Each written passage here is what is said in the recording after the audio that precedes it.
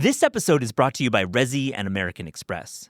Resy is a digital platform that connects restaurants to restaurant lovers by elevating dining experiences, providing original industry content, and helping to fill some of the country's most exciting dining rooms. Because restaurants have always been more than just places to eat. The amazing world of restaurants is just a few taps away in the Resy app and at resy.com. I'm always looking for ways to show my cat how much I love her. And with Fancy Feast Gems, I can pamper her whenever I want with a savory gravy on top of a gourmet mousse pâté. The pyramid shape makes serving simple, so all I have to do is peel and plate to make mealtime feel extra fancy. And with 2 entrees in every pack, it's easy to turn every day into the extraordinary. Fancy Feast Gems.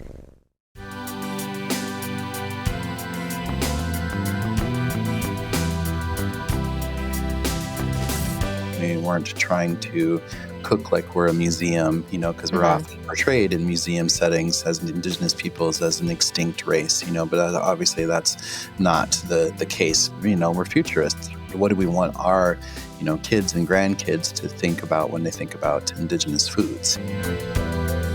This is Taste. I'm your host, Eliza Barbanel.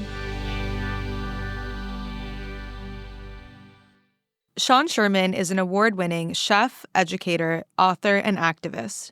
A member of the Oglala Lakota Sioux tribe, he is dedicated to reviving Indigenous food traditions through his Minneapolis restaurant Awamni, the nonprofit Natives, and cookbooks, including his fantastic new book, Turtle Island.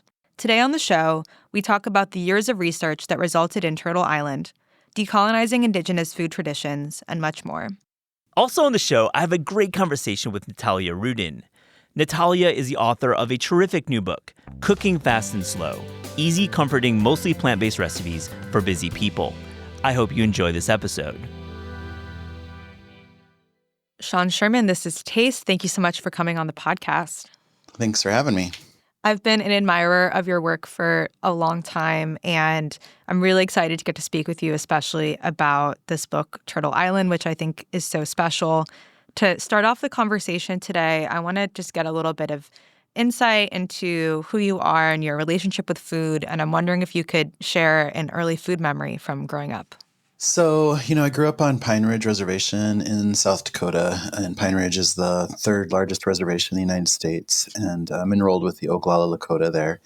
And so I grew up there till just a little bit before high school. And growing up on the reservation, we lived out in the country, so out on the Great Plains. You're not too far from the Black Hills of South Dakota and also the Badlands in South Dakota, which is part of the reservation on Pine Ridge.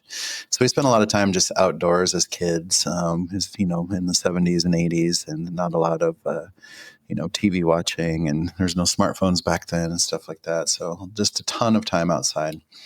And my mom moved me and my sister off the reservation right before I started high school. And we moved to a small town in the Black Hills on the western edge of South Dakota near Wyoming called Spearfish. And I started working in restaurants at a very young age. I was only 13 years old when I started working my restaurant career. And I did that all through high school and college. And then I just kind of moved to Minneapolis eventually, continued to work in restaurants and moved my way up to a chef. And eventually, had a pretty good career, but went, kind of realized the absence of Indigenous foods at a certain point in my own heritage and being Lakota. So it kind of shot me on a path to want to understand Indigenous foods and my Lakota foods and, kind of bringing me where I am today. There's quite a few different food memories growing up on the reservation of various pinpoints of utilizing Indigenous foods, but largely our Indigenous foods were removed from us just because of the history of things and how, Indigenous peoples were treated, because it wasn't a unique story for us as Lakota, because it happened to Indigenous peoples all over North America. Yeah, I think that's such a great kind of quick encapsulation of what's a, very nuanced and lengthy career. I don't know if there's maybe a memory from when you started cooking more Lakota food, Indigenous food of a dish that you felt like was kind of encapsulating your passion and your interest in what you want to be doing that you would share? I think that for me, like some of the basics that we grew up with, we harvested a lot of wild choke cherries out there on the plains. We harvested a wild prairie turnip called Timpsila. That's a really important staple also for a lot of Lakota people. We hunted a lot, and we had a lot of grouse and pheasant and elk and rabbits and things like that, duck and geese. And so we did have some wild game around, but a lot of times our foods were commodity food program foods, a lot of canned government USDA style foods that came in kind of black and white cans with a UPC symbol on it. So things like beef with juices and chicken with juices and with government cheese and powdered milk and things like that. Mm-hmm. And so for me, like when I started really focusing on Indigenous foods, it was an education that I had kind of had to search for because there was no one cookbook that kind of encapsulated what I was looking for. Because I was just trying to understand like what were people doing before European influence and before colonization. What were we eating? What did we use for salts and fats and sugars? And what were we storing? What was our food preservation methods? What kind of animals did we use? Which parts of the plants did we use? And just all these questions that I just kind of started sleuthing towards having a better understanding of what Indigenous food systems were. For my tribe specifically to start with, and then I kind of branched out and started researching other tribes too. And today we're looking at the entirety of North America. But when we're doing these very regional foods, like especially in the cookbook, it was fun to be able to do some from my home. And there's one called a papawahapi, which is basically kind of a dried bison and Timpsila soup, which is that prairie turnip.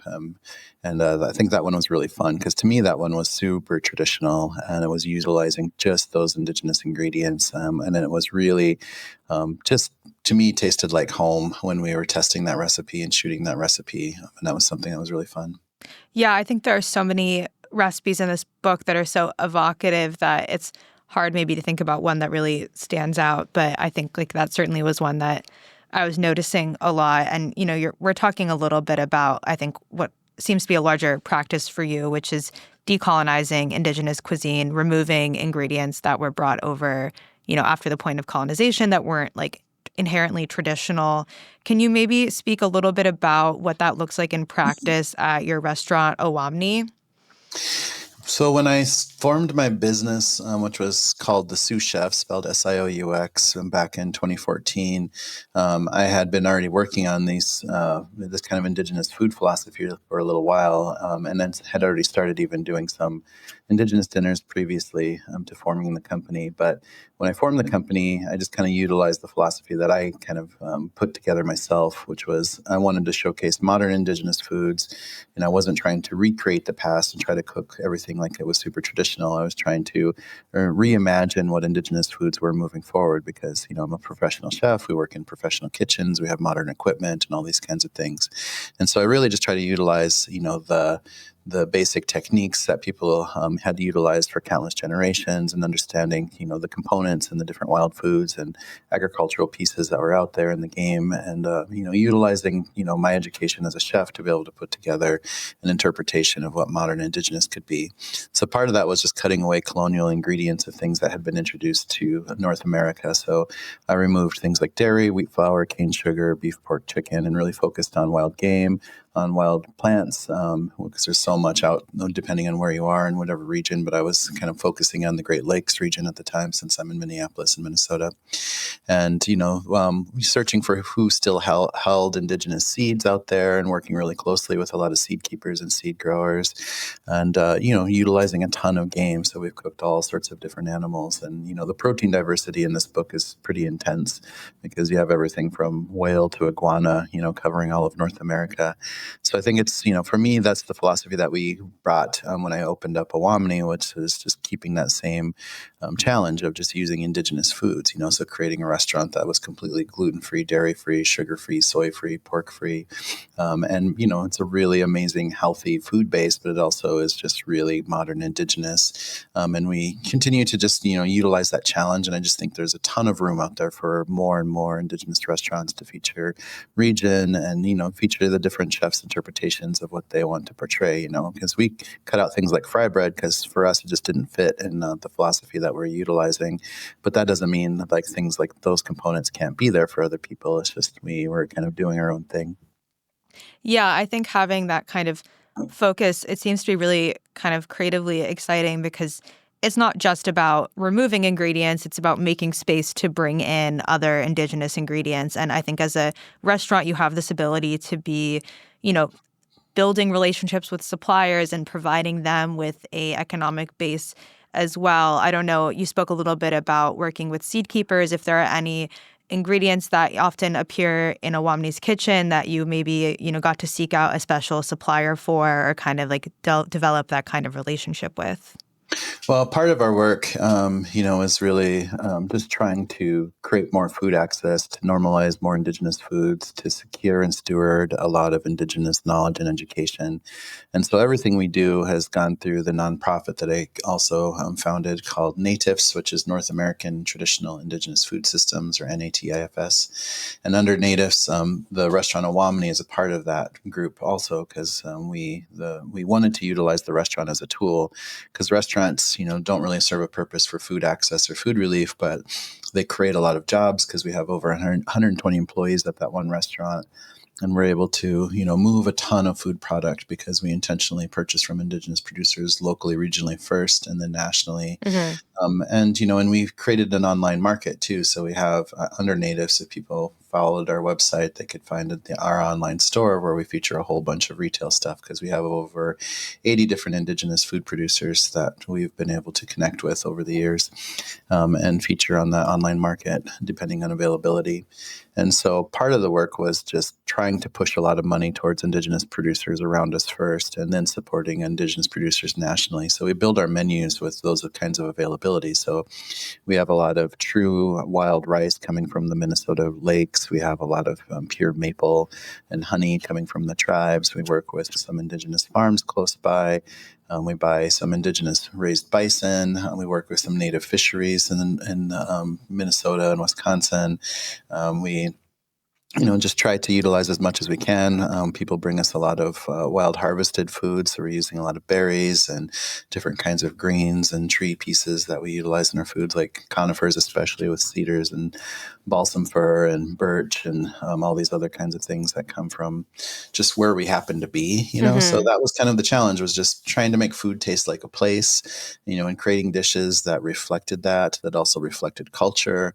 And, we don't primarily stick with just where we are in the Midwest here in the Great Lakes region. We'll build dishes from other parts of North America, kind of like you find in the book. So we might have a dish that represents the Pacific Northwest or the Southwest, or even Mexico from an Indigenous lens, or Alaska from an Indigenous lens, So it's been a lot of fun just to kind of like rove around and feature all these different dishes that really speak to places, but also have Indigenous components, coming from Indigenous producers, and knowing that every dish you buy has food dollars going towards those producers.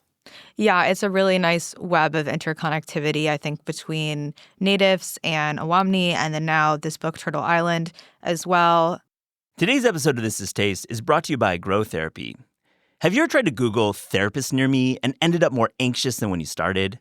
Now, I did this once and landed on some guy in Brooklyn Heights who wanted to charge me $900 for a session.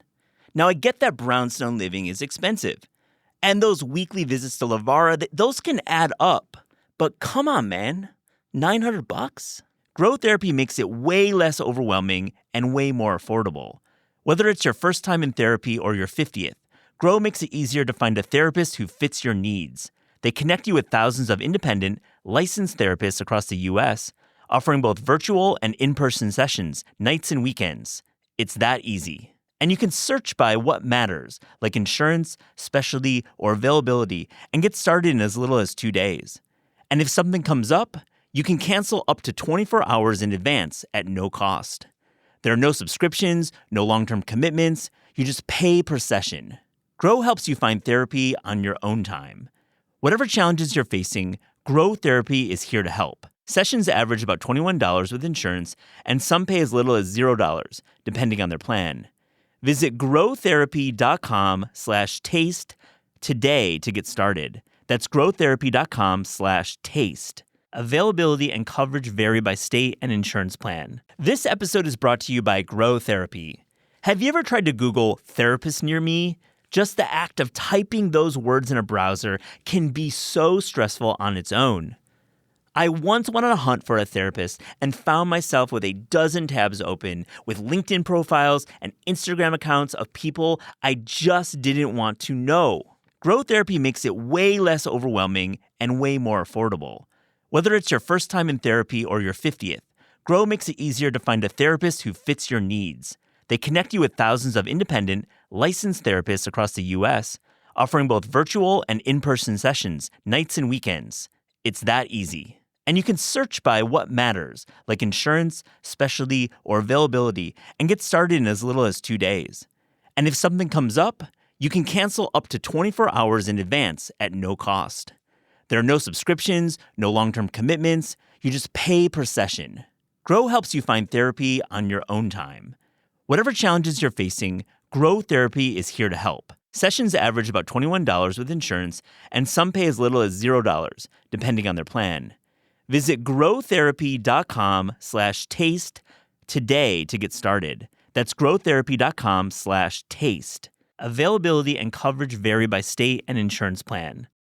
No one should have to choose between their own safety and their pets. But nearly half of domestic abuse survivors delay leaving because they can't bring their pets with them. Purina is helping to create more pet-friendly domestic violence shelters through the Purple Leash Project, so survivors and their pets can escape and heal together. Visit Purina.com/purple to learn more.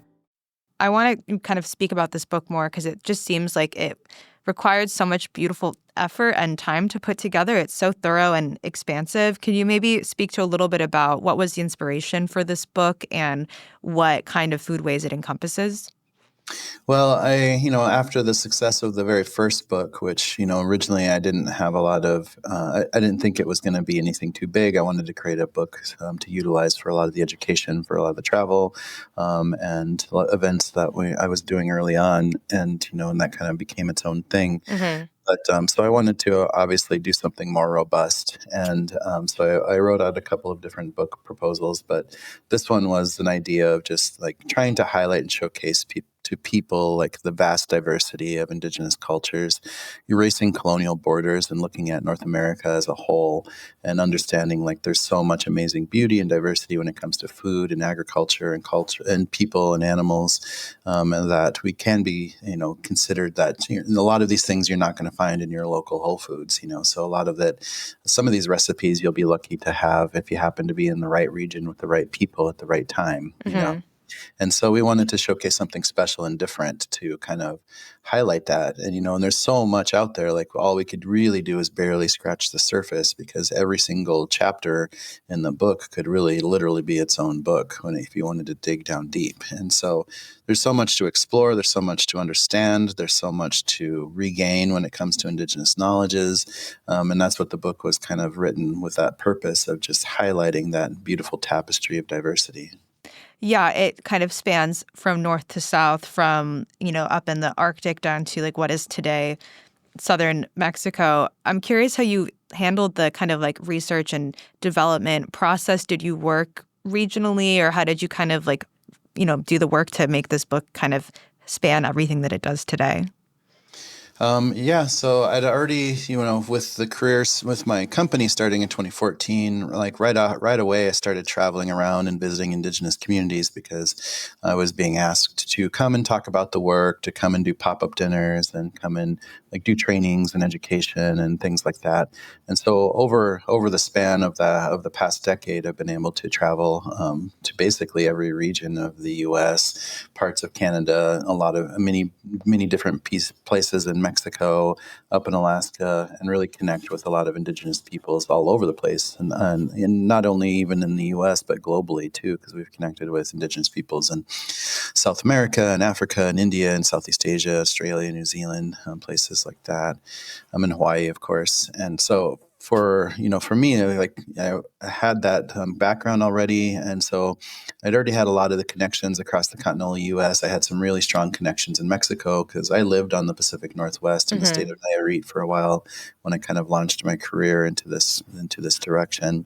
And and we've spent a lot of time in different parts of Mexico, and being lucky to be able to be up really kind of exploring like Indigenous Alaska and stuff like that, and talking with a lot of Indigenous chefs in Canada.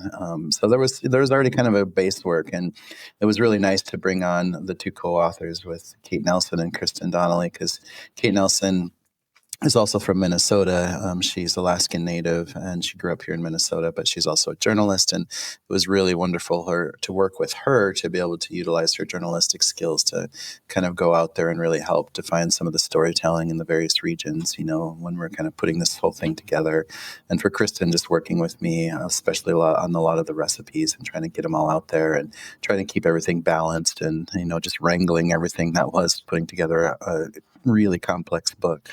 Yeah, you mentioned earlier just the wide expanse of proteins that appear in this book. When you were working on the recipes, how did that go for you to be, trying to access all of these ingredients? I mean, we had a lot of proteins, especially because we had more recipes than we were able to fit in, because we turned in a massive manuscript when we put this down. But when we were doing recipe testing, we were able to find things, and we had a lot of this because my partner, Mecca Boss, was doing a lot of the recipe tests in the beginning days. And then her friend, Tess Bushka, came in and helped out towards the end because there was a lot. And so for a while, we just had all sorts of random stuff coming in to the house with, iguana meat and bear meat and moose meat and beaver meat and all of these things coming in from everywhere, and being down in Mexico where there's just obviously a lot of insect proteins, especially if you're way down in Oaxaca and stuff like that. And so it was really interesting just to be able to not only dream up a lot of these recipes, and again, because the large majority of these recipes were really kind of, fitting into the challenge of trying to, how can we make some indigenous recipes that really represent these various regions and, kind of decolonizing a lot of these pieces everywhere. And, even, some of the Mexican recipes, because we're not using a lot of things that people might typically, just there's a lot of colonial ingredients added on Mexican food, even though it's largely indigenous, but we still had to decolonize some of it, so we're removing pork and pork fat and cheese and cilantro and even citrus, so there was a lot of challenges creating some of these recipes to be balanced and to still tell a story and to still, highlight indigenous producers and all this diversity with plants and protein. Yeah, it's so interesting. I didn't realize that cilantro is not indigenous to Mexico, but I think that just shows kind of the globalization of the foods that we have today, that things that we think of as being so core to a cuisine originally were not.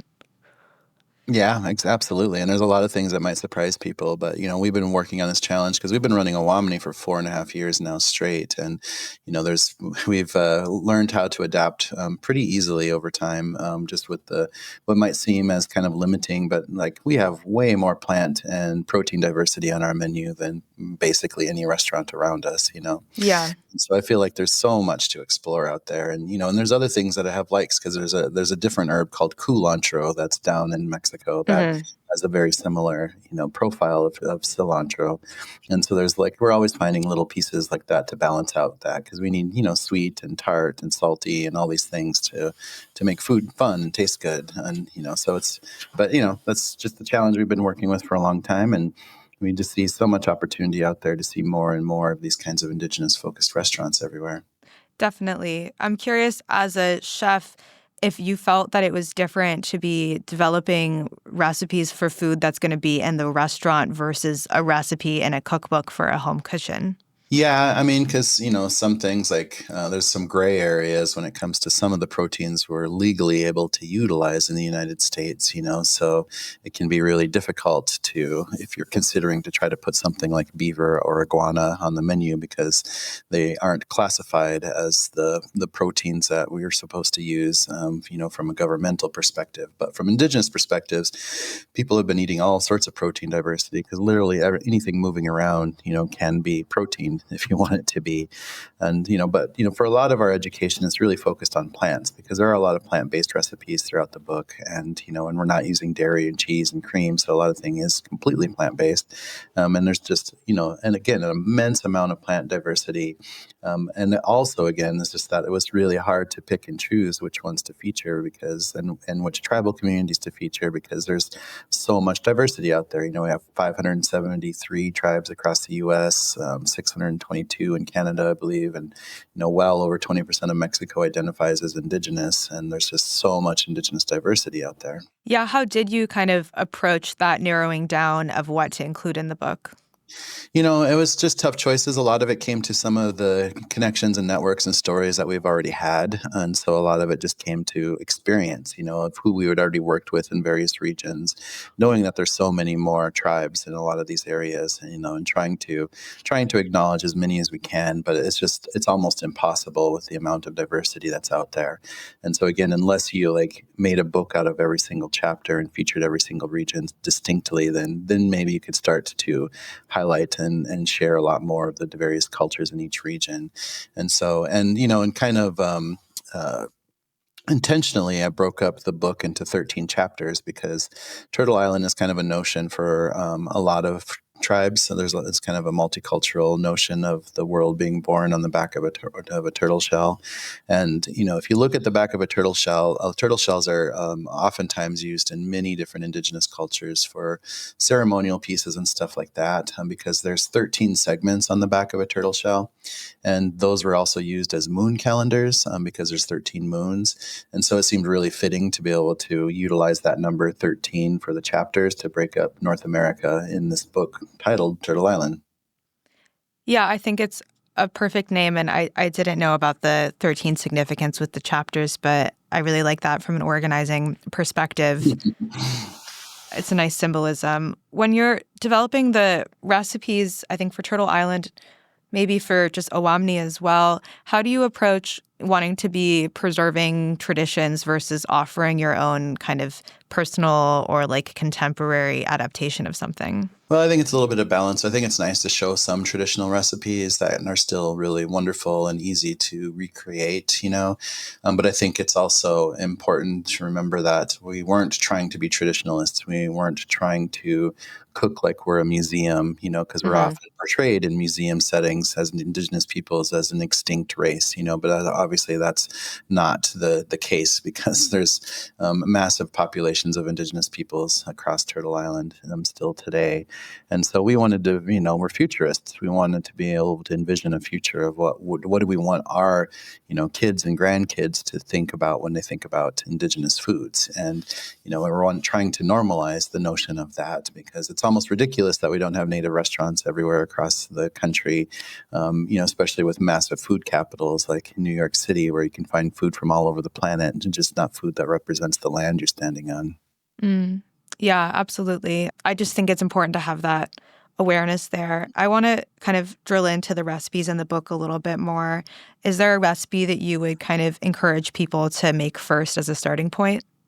Oh, there's so many recipes. So I guess I would just encourage people to start with their own region, So if you're on the East Coast or if you're on the West Coast, to kind of look and start there, because then you can start to see some of the wild plants of that particular region, so you can think about the seasons a little bit differently, like when you're hitting spring and summer and fall and winter, and like what are the various points that you can utilize there. So I think that's kind of the fun part of it, is that you can look at every region in a different lens, and kind of just think about what are the flavors that really represent that region and the cultures that are still there. And again, I think that's where people should really kind of consider the starting point, because again, there's so many recipes in this book. So Yeah, I think that is such a great way to navigate it. And that's exactly what I did as someone who's, here in New York, is go to that section. And I think especially today when, because of the globalization of grocery stores, you can get, so many cultivated things from all over the world any time of year, any season, to look and think about like what are the wild ingredients where I am. Could I even find those? If not, like how would I go about finding them is such a kind of orienting exercise to do. Absolutely. But I think it's going to be fun for people. And again, especially if you're traveling down into Mexico, you can start to see like there's this invisible border that really doesn't mean that much historically, and, even though there's people speaking Spanish on one side of the border and English on the other side of the border, those are both European colonial languages. Like that shouldn't divide us, Yeah. And so we should really understand like celebrating diversity instead of trying to fearmonger and be afraid of things that are different from us. And so I hope that people can start to see the beauty in diversity through this lens also, because we live in such a weird age, right? With all of this, dehumanization of people, especially coming from Mexico, it's just so tense, and there's really no reason for it at all because there's so much amazing and beautiful culture, and we should really be focused on centering our dials towards just being humans and wanting to, not have to focus on division and the notion that there's one race that's superior to other races, and that because we're all human together. Yeah, absolutely. I completely agree with that. Something you mentioned a little earlier was just about how it is so uncommon to have Native American, Indigenous restaurants here. I know you've been doing this work for a long time. I'm curious if you've seen any kind of like evolution in like the amount of like pop-ups or Indigenous restaurants that do exist, or if it seems that there hasn't been a lot of kind of shifts there yet. I know. I think there's been a lot of movement, and because in the very beginning days, there was just a couple of us that were kind of focused as chefs on Indigenous foods across the country. There was like myself, Nephi Craig in Arizona, Lois Allen Frank, and there was just a handful of us, and then, but nowadays, like there's just so much. We're seeing more and more Indigenous operations happening. We're starting to see more Indigenous restaurants starting to appear, like in Portland and San Francisco, and in other places. And we're starting to just see more chefs starting to come out, and because we're having a big Native nutritional conference in a few days here in Minneapolis, and we're bringing in about 14 different Native chefs from all over the country to kind of all work together for a couple of days. And so it's been exciting to see how much movement and and just how much attention like our work has created, especially that first book has over 100,000 copies out there today, and I just have a lot of high expectations for this new book, which I think is obviously a lot broader, and I think can reach a much larger audience also. Yeah, I think your first book, which was The Sous Chef, right? Yep. In 2017. Yeah. Exactly. Was such a I remember I was working at Bon Appetit at the time, and when the book came out, getting an early copy and getting to sit down with it, I think it did kind of raise so much awareness. And now to be able to be kind of expanding your own books that you've written and also expanding the focus of what the topics are is just really like heartening. And I think you're right that it will kind of have its own moment as well. Yeah, I think, and it's just beautiful too. Like I'm just really happy the way it turned out with everything, with the artwork. We found a wonderful Indigenous artist to be able to put this together. Jimmy Dean, he did an amazing job in the photography, and because we used my friend David Alvarado, who lives in Mexico City, and we also used my friend Jada Gray Eagle, who lives here in Minneapolis and is also from Pine Ridge. And it was really fun just to put together this team to create something. And I don't think any of us could be happier with just the way it turned out and just how beautiful it looks. Yeah. I want to ask you about something that you did recently, which is like a lifetime dream of mine, which is you got to go on Sesame Street. Right. That was super fun. Yeah. What was that like? How was Grover in person? It was super cool, and the gentleman playing Grover said he'd been Grover for nearly 20 years or something like that, and it was a lot of fun. I hope that, I guess any kid could only dream of something like that. But I grew up with Sesame Street because, growing up on Pine Ridge, TV wasn't much of an option, and we had, maybe two channels that would reach us. And one of those was our, PBS channel. So we grew up with a lot of Sesame Street, and it really helped a lot, and I hope people can really see the beauty and just the education that PBS and Sesame Street in particular brought out there, especially to areas where we couldn't afford cable growing up because that wasn't the option for us, and it was really important to have that outside perspective and the way they showcased diversity and just morals and values in general, So I think it's really important. I think it's really crazy that people are trying to dismantle something like PBS and Sesame Street. Yeah, it is exactly the opposite of what should be happening with a program like that. And I think must be so meaningful to grow up with that and then be able to be on it as an adult, kind of sharing your own work. And I think Grover was trying to come work at the restaurant, right? Yeah, exactly. Yeah, it would have been fun to do one with Cookie Monster too, but Grover was pretty awesome. Yeah, I think Cookie Monster would be a whole other, maybe for the next time you Yeah, go maybe. on. Hopefully. I've crossed my fingers. I don't want to be like breaking the fourth wall too much, but I'm just curious, like logistically, when you're shooting with Grover, like, do you see the puppeteer, or is he like out of sight? No, he's just like right down below you. He's just like kneeling? because he's got his hands down there, so he's just kind of down there on the floor below you, and you're in the frame with Grover and stuff, But he's right there, and his voice is there, but you just focus on the puppet, and you're talking to that puppet, you're talking to Grover, like literally, he's got the voice, he's got everything, and so it was pretty easy because it felt like you're just talking to Grover. Yeah, it's like seeing a celebrity. Yeah, exactly. I also was wondering, like, one of the things I really loved reading in this book was these kind of memories of your teenage self working at this, like, I don't want to say cursed, but it seemed like a very chaotic, like, steak restaurant.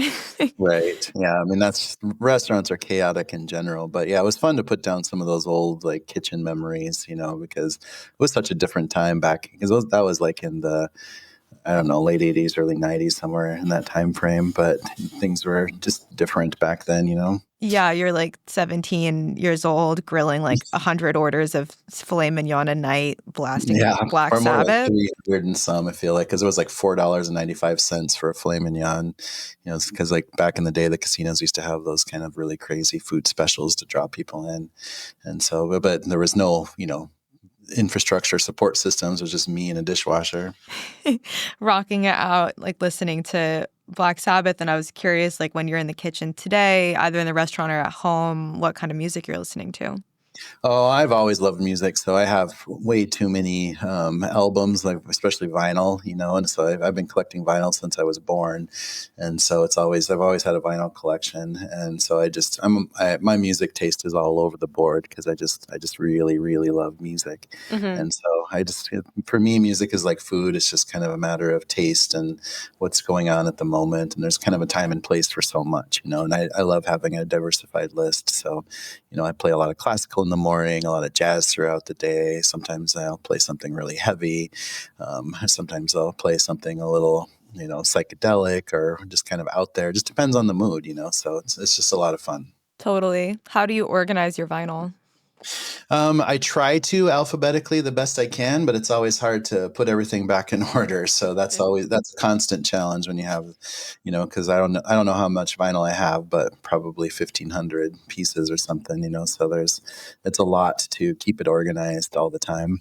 Wow, I can't even imagine having that much. I feel like I have a hard time putting mine away, and I have much, much, much less than that. I know, and I just put it off because they'll just have a stack of records that should be going back in order, and they just sit there waiting for their day.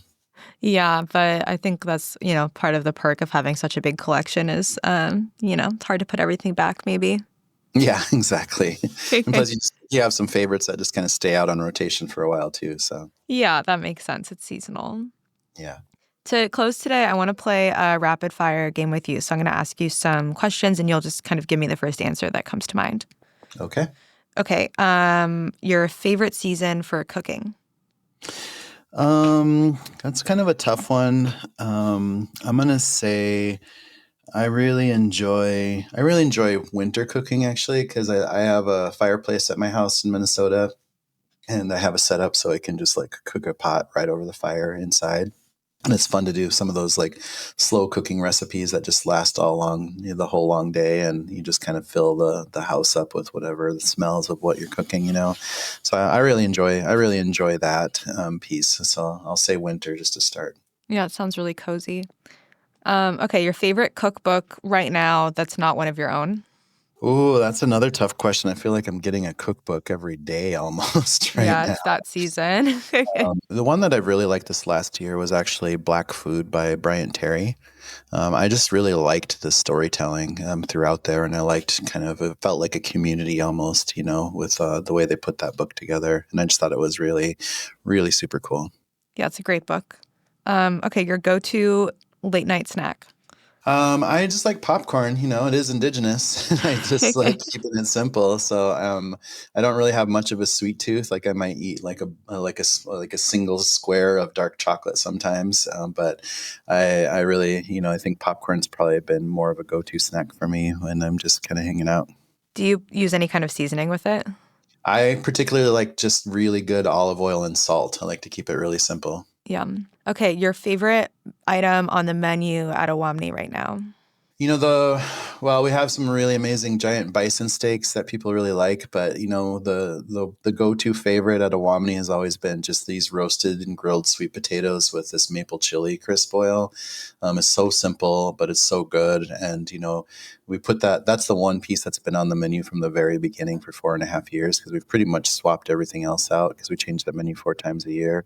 And that one's just been a lasting staple. And that recipe came about just for my time living down in Mexico and a lot of the flavors that were down there, and just seeing the camote sellers Yeah. wander around town with their little steam carts, and that really, really loud whistle that they'll just blow some of the steam out, to let them know you're coming, but you can hear them roving the streets, and you get the big roasted sweet, or like steamed sweet potato with some chili and salt and maple, or not maple, sorry, some chili and salt usually down in Mexico. But we added the maple to it to kind of give it a little roundness and sweetness, and it's just a cool dish. Yeah, it sounds so delicious. And the camote whistle, the first time I heard that, I will never forget. I know you're like, what is that? Because it's just Yeah, usually early in the evening when dinner's starting, but yeah, you can't miss it. that's so good. Your favorite ice cream flavor? Oh, again, like I don't have a massive sweet tooth, and so I always lean into just kind of a darker chocolate if I can, because I like a little bit of that bitter. Mm-hmm. Your most used utensil or cooking tool? Besides a knife. You could say knife. Yeah, probably a knife then. I mean, I always have a knife in my pocket just because I've always carried a pocket knife just since I was a kid. And I always have, I have a lot of knives because I'm a chef. And so, yeah, it has to be a knife. Okay. An Indigenous American ingredient that you think is like underrated or like more people should be using? Oh, I think there's a lot of cool stuff out there.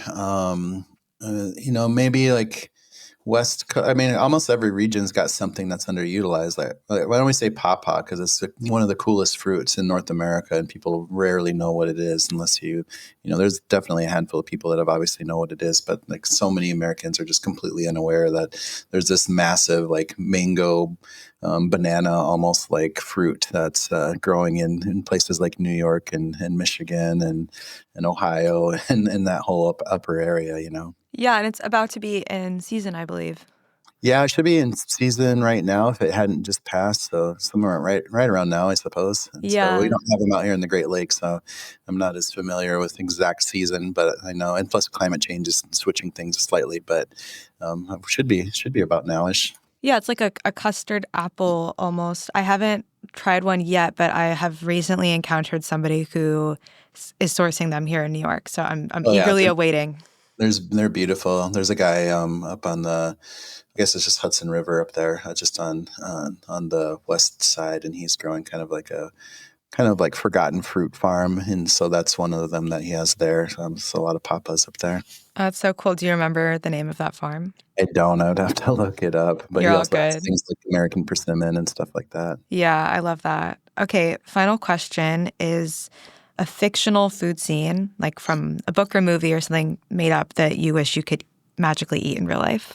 Oh, that's a tough one. I watch a lot of sci-fi, so I'd have to go with trying those weird like techno boxes where you just dial something and like a little laser zaps a meal in front of you. Because why not? Because I feel like if you had that technology, you could do anything you wanted to.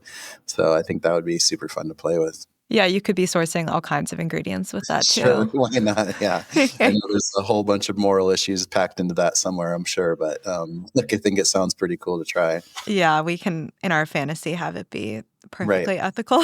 right.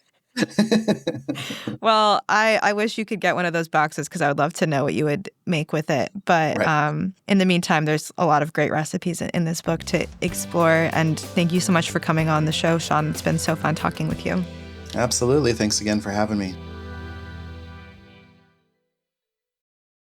Finished training for the day? Time to fight post-workout fatigue with Core Power Protein Shakes. They're packed with 26 grams of high-quality protein to build muscle and electrolytes to help hydrate. The nutrition you need to help your body replenish, rebuild, and repair post-workout so you can power on to the next one. Champion your recovery with Core Power. Visit corepower.com to learn more. The family that vacations together stays together. At least, that was the plan. Except now, the dastardly desk clerk is saying he can't confirm your connecting rooms. Wait, what? That's right, ma'am. You have rooms 201 and 709. No, we cannot be 5 floors away from our kids. The doors have double locks. They'll be fine. When you want connecting rooms confirmed before you arrive, it matters where you stay. Welcome to Hilton. I see your connecting rooms are already confirmed. Hilton, for the stay. Wish you could become a morning person? You know the type, up before the sun, early morning runs, first one to the office with donuts and a smile. How do they do it? Easy. With the new Galaxy Watch 8, sleep tracking and personalized insights from Samsung Health help you improve so you can wake up to a whole new you. One who, dare I say it, skips the snooze? It's possible. Train your sleep with Galaxy Watch 8. Learn more at Samsung.com. Requires compatible Samsung Galaxy phone, Samsung Health app, and Samsung account.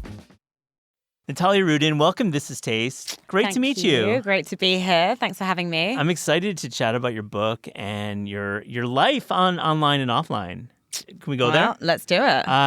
Well, first I want to know, you are in the States for a few days. In New York, where are you dining out right now? Ooh, my list is extensive, and honestly, I don't have enough time here to get through all of it. But the first night I went to Isodi, which is one of my favorites downtown. Oh, it's so good. The lasagna, I really love Italian food, so that really hits the spot for me. Another place around the corner is Via Carota. I also really love that.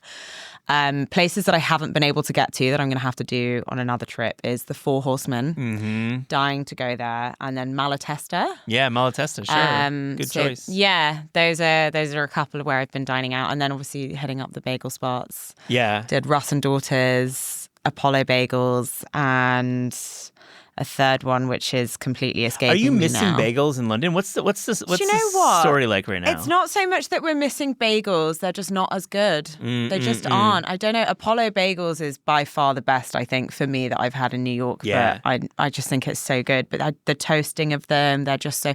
The bagel hype is slowly manifesting in London. I've heard there's some spots. There. Are you going to hit Courage in LA? Yes. I figured you were. I am. I absolutely am, yeah. What is it about bagels with you? Why do you love them so much? I don't know. I just think a sandwich for breakfast is kind of perfect. It's like on the go. It's quick. I love bread as well. Yeah. I'm a big carbs girl. And if you look in my cookbook, you'll know that about me.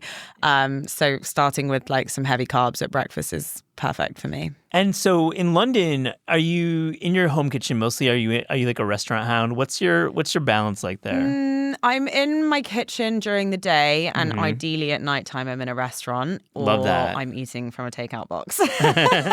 I think there's a lot of people who work in like the food industry cooking all day. By the time it comes to the evening, you really just don't want to be cooking for yourself. So it's either going out, eating takeout, or like pot noodle over the sink. What's the rotation like in London? I was there in January, so things restaurant wise. Yeah, restaurant wise. Things change. There's lots of hot spots. I would say my favorite restaurants at the moment, as you say, it does change, is the place called Baron Jack, which does incredible Persian food. I'm a big Persian food lover. And then there's a place that I went to recently called the Fat Badger, which just recently opened. It's part of a group of pubs that are kind of like notoriously famed for their sort of modern British pub food. It's really delicious. The head chef is a guy called George, and he's just a bit of a magician with food. And I love it because you sit down and there's no menu. So they just come over and they say like, okay, allergies, intolerances, anything you really don't like. And then you just let them know that, and then they'll just bring food to your table. So it's like a tasting menu. Delicious. So you pay a fixed price. And fixed price, it's like so like what defines modern British pub food? I'm curious. I guess it's kind of a lot of it, I suppose now I would say there's a huge experimentation with nose to tail dining. So a lot of offal, like, liver, tallow, all of these kind of things that people wouldn't necessarily always incorporate in their food, but then putting a bit of a modern twist on it. For example, one of the dishes that we had there was like a taco, and the taco was made of celeriac, which is obviously like quite a very common British vegetable that you'd get in the winter. And inside it was like a steak tartare that had been sort of drenched in beef tallow, and it was honestly the most divine thing I've ever eaten. But just very British ingredients, but with an interesting twist. Yeah, tallow on the celery root, little shave, and then this tartare is cool. Stunning. Very cool. Now, like, what about the classics in London? When you think about classics, Well, what do you consider a classic? and I mean, there's like the bagel shops on Brick Lane. The bagel shops on Brick Lane. Yeah, Bagel, whatever it's called. Yeah. Do you know what? I've actually St. never John, been there. You haven't been there? I've never been there. The brick beef is tough hang for me, Yeah. must be honest.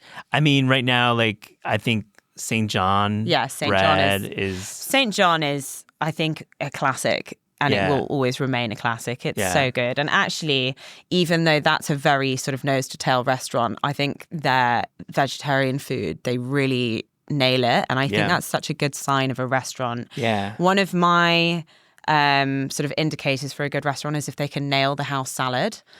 Agree. Because I think if you can't nail your house salad, you're stuffed. Like that's so simple.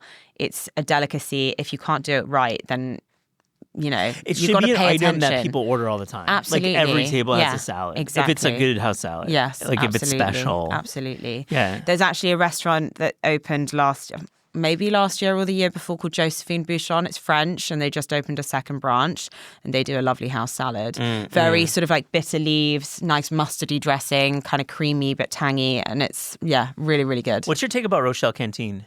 I've actually never been, and I Yeah. have heard a lot of mixed reviews, so I'm not running. Very negative for me. Yeah, really. Not to go there, but yeah, I didn't have a Really? great meal there. I was bummed. What did you eat? What did I have? It was 10 months ago. So I remember the fish was great. So that Okay. was the one thing I enjoyed tremendously. But what I didn't like was the veg courses. They were really throwaway. Anyways, that's just one meal. I've heard it's great though. I just had a bad. Yeah, I have heard a lot of mixed reviews for that place. Yeah. Well, it's got a lot of hype, being in that I know, and also I think family of restaurants. often the more you see it on Instagram, the less you kind of want to go sometimes. You feel that way? I feel that way sometimes. A little bit. I think Yeah. often people will hype things up for clout just to get views because other people are talking about it, and it doesn't always follow through. It's not always the case, obviously. But yeah, it's on my list. If someone was like, "Oh, we've got a reservation, let's go," then I'd be like, "Okay, great, I'm going." But I haven't been sort of like, I want to make the reservation there. You know, Yeah. I feel bad. I'm slating them No, now. I'm They're going to feeling hate that. me. I'm I feeling- can never walk in there. I agree with you. I love London. It's such a great restaurant city. It's like truly one of the best.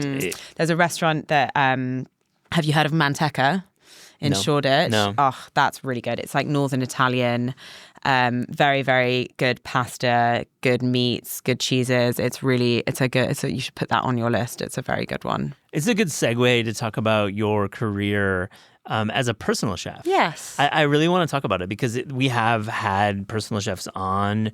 They're always signing NDAs and stuff. I get a feeling you're going to shed some light on it a little bit.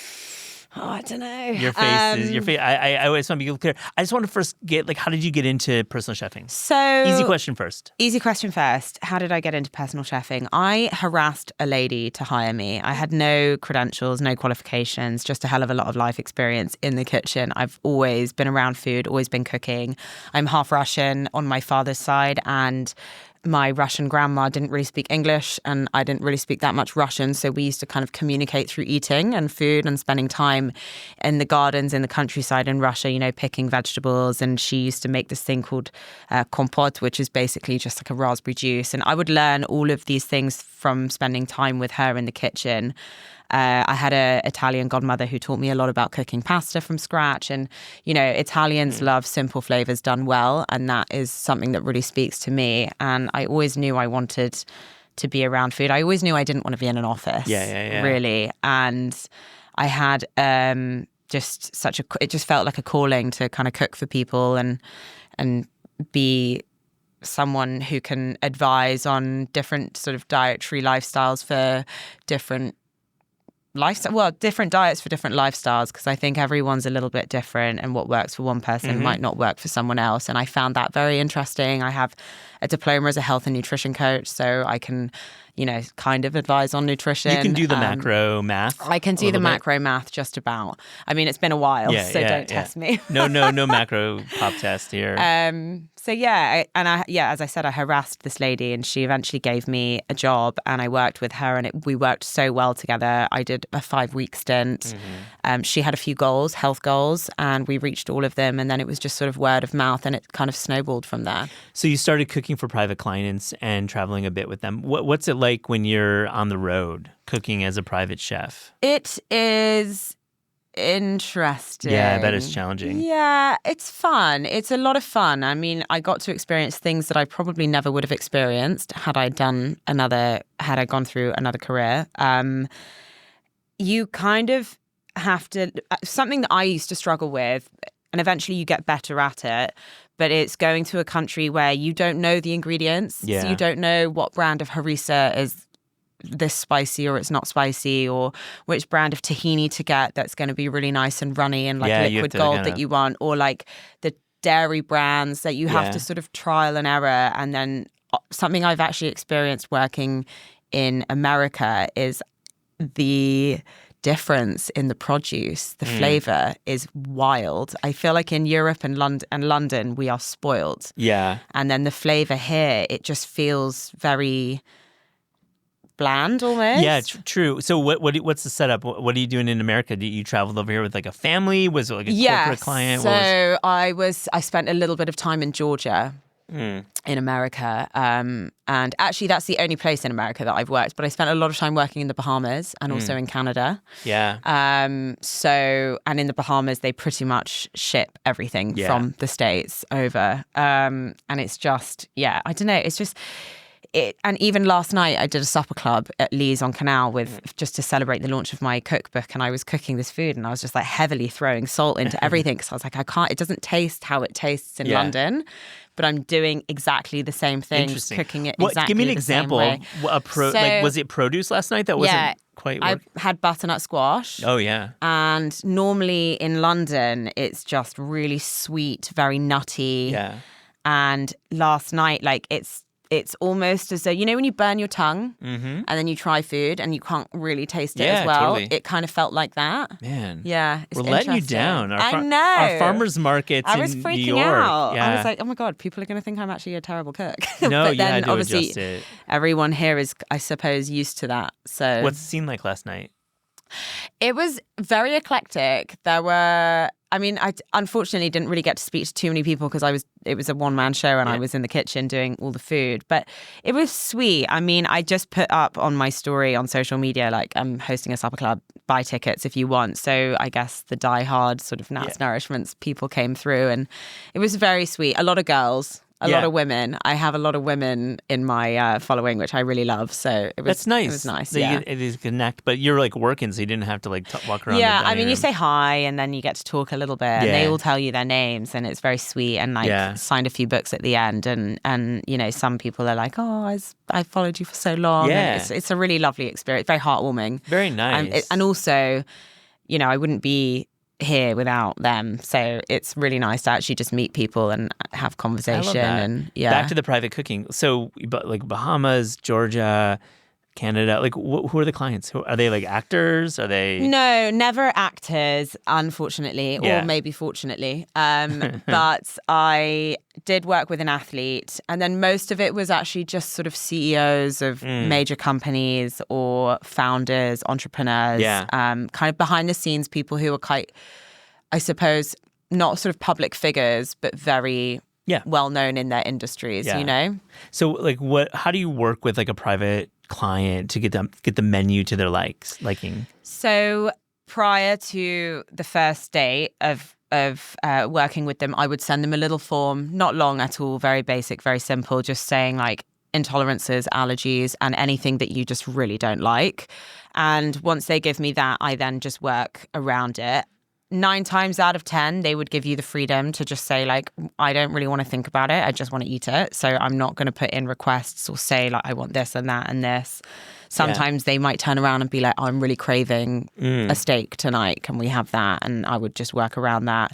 The first week is always really awkward because you're kind of learning their likes and dislikes. And it can be a little bit disheartening sometimes because you might make something that someone else would really love, but because this person doesn't quite like that flavor, you know. Yeah. And you're just figuring it out. But then the shug isn't hitting for somebody. Yeah, exactly. But once you figure it out, it's kind of smooth running and then it's really, really easy. I mean, these are individuals who probably get their way because they're CEOs. And now food is involved, and it's got to be challenging for you to take those notes. I mean, is the behavior pretty good? Yeah, I would say that I was very lucky. I seem to attract very kind people. So I had a lot of clients who were just very, very sweet, enjoyed my food. And also, I think I had the upper hand because a lot of my clients hired me because they had specific health goals. So they were sort of just willing to do what I was saying so that they could achieve those goals. But yeah, I had like one or two clients that were a little bit annoying, but it was more just that they had very strict diets. Yeah, and you definitely had to like work around these diets and these health goals. But I guess it puts you in a good position if you're telling them what to eat. Yeah, for exactly. health reasons. Yeah. And then if they do annoy me, I can be like, right, just salad for dinner for you then. So I had Meredith from Wishbone Kitchen in here a few weeks ago, and you know, I think it's a similar trajectory, like private chefing and cooking for clients. And then at some point you realize that social media needs to happen. What's your journey like with that? Because I think it's different for all folks. Yeah, I mean, I kind of started posting pictures of food when I started my career as a personal chef, more just because I wanted my friends to see what I was up to. Because as I said, I was always traveling, so I was never at home. And it's just a nice way to keep up with, you know, your community. And then I would say about 2 years ago, after doing 6 years as a personal chef and 6 years of travel and 6 years of not spending time with my friends, I was like, I really need to figure out a way to be in one place more often. And I just started posting very consistently and I guess in a way manifested just this is going to happen. It has to happen. And it did. And it all kicked off, but it was rapid. It was so quick. I could barely keep control of it. I mean, I had 2 years ago 5,000 followers and now I have 1.5 million. And that growth more or less happened in a year. And it's been great. I mean, it's every day is different. It's really fun. Credit to you. Really fun. What's the special sauce for you to get to that follow count? And beans. I mean, people really like my bean recipes. But I think the consistency. Yeah. What's it about the bean recipes? And are these bean recipes in the book? Yes, a lot of them are in the book. Of course, they're in the book. It's funny, the first time I ever got recognized in the street, this girl came up to me and was like, oh, you're the bean girl. And I was like, oh, I don't know how I feel about that nickname. But it was good. It's sweet. Yeah, I think beans are making a bit of a comeback. People are looking to eat healthy foods. Beans are really high in fiber. They're a good swap for, you know, simple carbs. And you can have so much fun with them. And also, I mean, I eat all of my beans with bread. I do a lot of sort of like swirling, buttery bread and saucy beans. And it's delicious and it works really well. I love that beans, that you're the bean girl. Claire Denouts had a similar story. Yeah. She was called the condiment girl on the street. It's something about the streets of London. People calling you the girl. I know. Well, I did once graduate to the Bean Queen. Oh, even better. Even better. I like that better. I was like, I'll take that. Okay, cool. We can run with that one. Yeah. Are you recording and producing videos every week? So I post 3 times a week. I am not always doing it every week, but I always have stuff in the bank, archived, ready to go. So I will plan pretty consistently. I like to usually be a month ahead of schedule. So I have always got about a month's worth of content to post in case I'm traveling or I get sick or, for unforeseen circumstances. So the 15-minute recipe, you tackle it, and that's really hard. Like the 15-minute recipe is a feat, and you have a whole section there. What makes a perfect 15-minute recipe? I think a perfect 15-minute recipe heavily relies on what I would call a flavor booster. So something that lives in a jar, in a cupboard, that packs a punch is kind of quite vital, because realistically in 15 minutes you can't build loads of layers of flavor. So having something that does all of the work for you is great. One of my most popular ones is my speedy sun-dried tomato pasta, and it's literally sun-dried tomatoes in a blender with a few other ingredients. You blitz it up. There's no chopping. There's no cooking. You just, you cook the pasta and then pour the sauce over it. But the sauce is a raw and it's sauce. done. Yeah. And then also, like, one of my something I often say, my favorite tip and trick is to have interesting shaped pastas at home. Yeah. Because if you put a very simple sauce over an interesting shape of pasta, people are like, this is really fancy. Yeah. You know? I like the like coxcomb shape. That's a favorite of mine. Yeah. Yeah, that's good. So when you're going through the cookbook, you start with 15 minutes and then you slow it down a bit. And that's the title of the book. Interesting. So your idea is that you have these core recipes that are for fast, but then there's other times for slower cooking. How did you come across that? Well, I think, my community on social media are people who love food. And I think anyone who loves food often experiences times where they need something really quick and they're in a hurry, but they want something nutritional that's going to fill them up and make them feel good. But equally, in the same breath, they might on the weekend want to relax in the kitchen with food, slow it down, pour a glass of wine, spend a couple hours in the kitchen, have some jazz music on in the background or whatever it is that they're into. And I think so many people can relate to that. And I think also we live in such a fast-paced world, and it's really important to slow down and be present and enjoy the moment. And so it felt important to put both in. And then also on the flip side, there was nothing else on the market that had all of the time frames in them. And I thought this is a book for every day of the week, not just one moment. Very cool. So take us to the slow roll, the slow jams in the back. What's a favorite recipe? Slow jams in the back. So I'm English, so I love a curry. I really love a curry. One of my favorite recipes in there is a black dal, and it's kind of inspired by, have you been to Dishoom? Yeah, yes, for breakfast, I haven't actually been for breakfast. I've only ever been for mains. I need to try it. I've heard it's very good. It's good. But they have a black dal, and in India it's called dal makhani or makhni. I don't know exactly how you pronounce it, but hopefully I didn't butcher that. And it's just this really delicious, slow-cooked, very, very creamy dal made with beluga lentils. And it is so flavoursome and delicious. I feel like I've said delicious a lot, but... You know what? That's your food. It's really live good. your truth, Natalia. Live your truth. But yeah, it's wonderful. And also it's the kind of thing that you can make, and then the longer it stays in the fridge, the more flavoursome it becomes. Yeah. Like the depth of flavour. Flavour, delicious, blah, blah, blah. Yeah. No, you're doing good. But yeah, and it's, again, I also like stuff that you can make and then put in the freezer for a rainy day, and it's perfect for that. Dal's perfect to freeze. Yeah, I like that. Absolutely.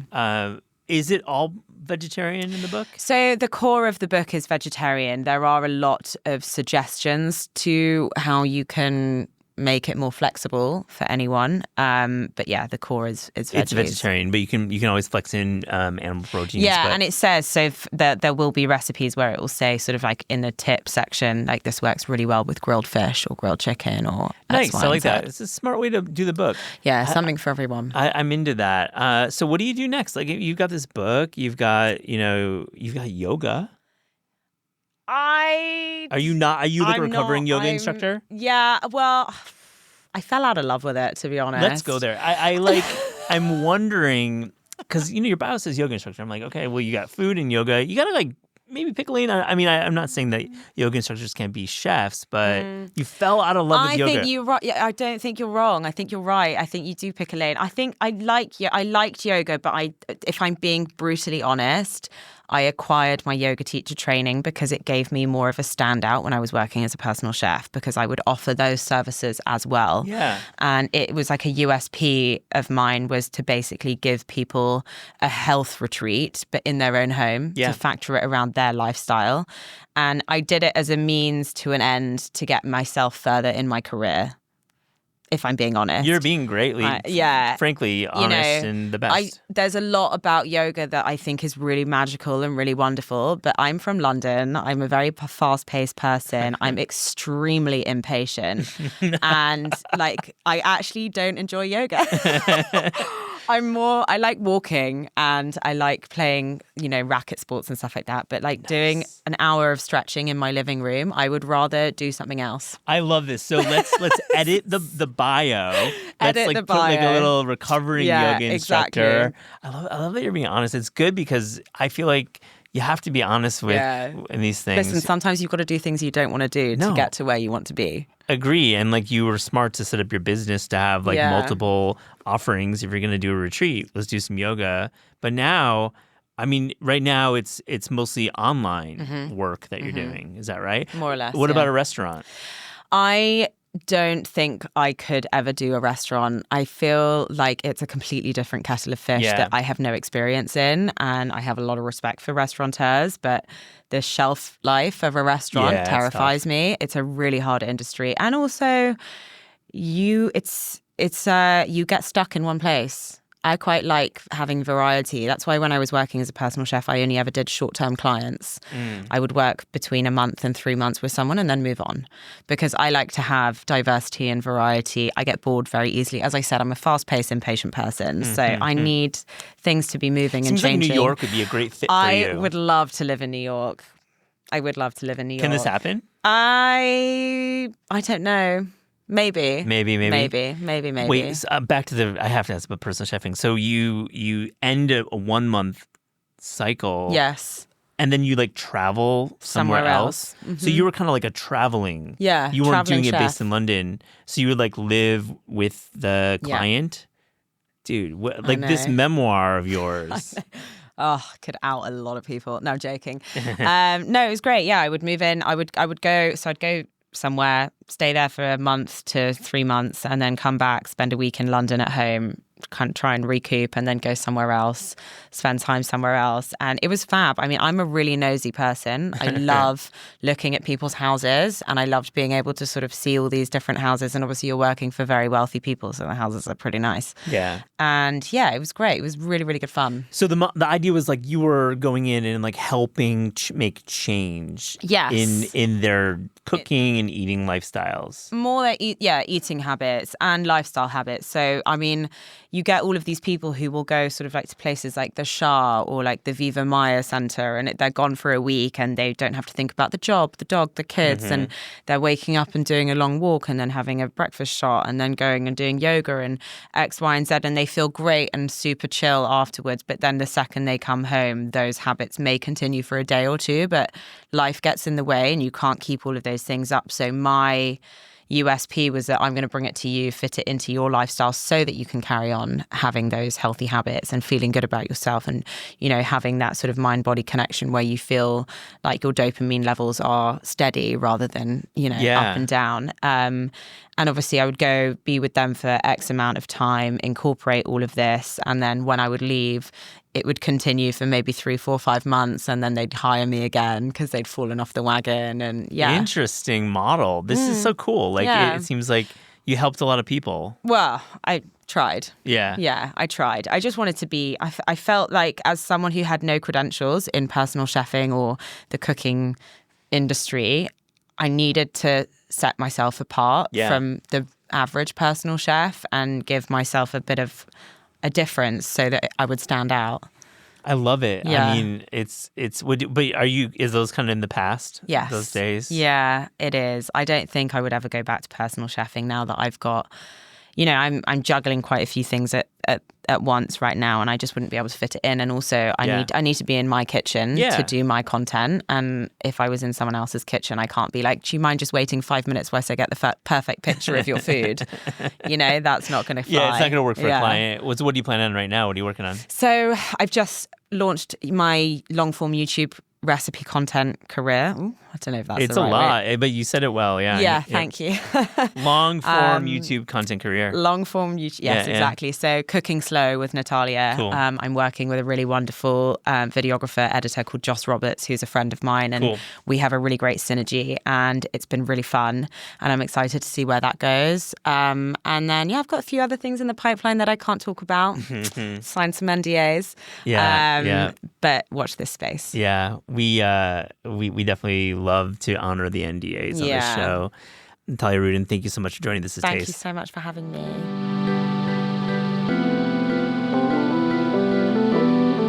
This is Taste is hosted and produced by Matt Rodbard and me, Eliza Barbanel. The show is edited by lead producer Clayton Gumbert and supervised by Pat Stango, Director of Media Production and Development at Penguin Random House. Thanks to Shalia Harris and the production team at Penguin Random House. Theme music by Steve Rydell, logo and guest illustrations by Ellie Skurzat. Visit Taste online at tastecooking.com and make sure to subscribe to our newsletter to keep updated on all cool things in the world of taste.